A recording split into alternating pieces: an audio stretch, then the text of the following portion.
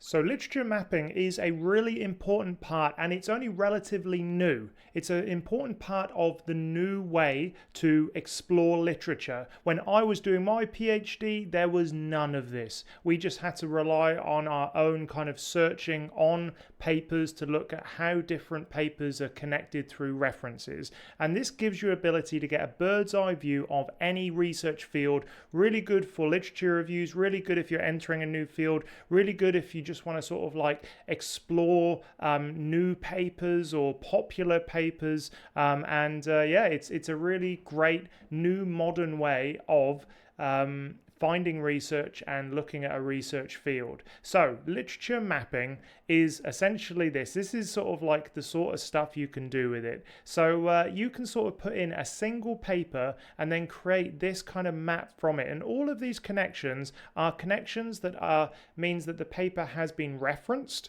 or it is the papers that this single paper is referencing. So then you get this kind of like prior works and derivative works if it's based on date, which this one is. I'll make that full screen so you can see it a bit better.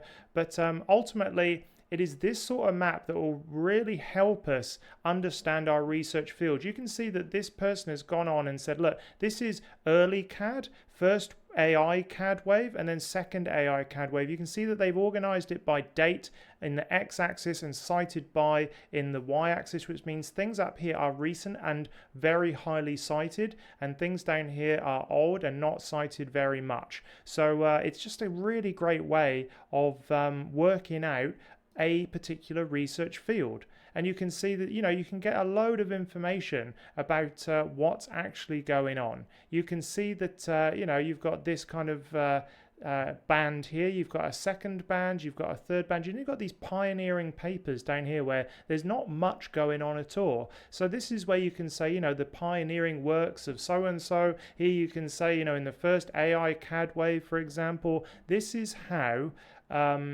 you can use these, and it's incredibly powerful. So literature mapping is important for these reasons. You can find finding important literature through links. So if you know that you've got a particular review paper in your field, you put it into any of these AI tools, and then it will say, hey, these ones were before it, these ones were after it.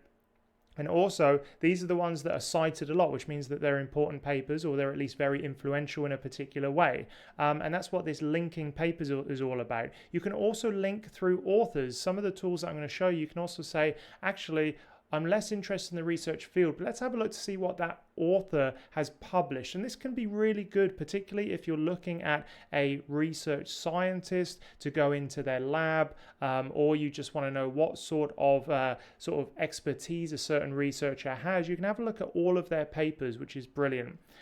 You can find breakout papers. Some of the tools I'm going to show you have this thing called momentum, which means like it's the number of citations over a given time, which is fantastic to find out those sort of like leading papers that have recently been released. And it could be sort of like a wave that you want to put into your own research because it's popular, that people are interested in it because of that momentum.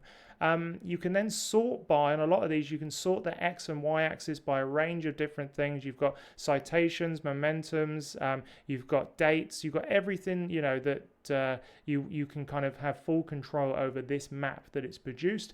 And then all of these, the important thing is that if you choose one of these, and you only need one of the sort of like 4 that I'm going to show you, you should be able to export the citations to a reference manager. That's so important because then not only do you have this map, but then when you go to cite that work, you can easily get the stuff from this, the information from this table into your citation manager, such as Mendeley or Zotero. So those are why we would use literature mapping. Really powerful way to get a snapshot of any research field. So now we're going to go on and look at some of the ones that I think you should know, and you should only really choose one of these, and trialing all of them is going to be a good idea for you because you're going to be able to work out which one works best for the way you want to visualize your research. All right then, let's look at the first one.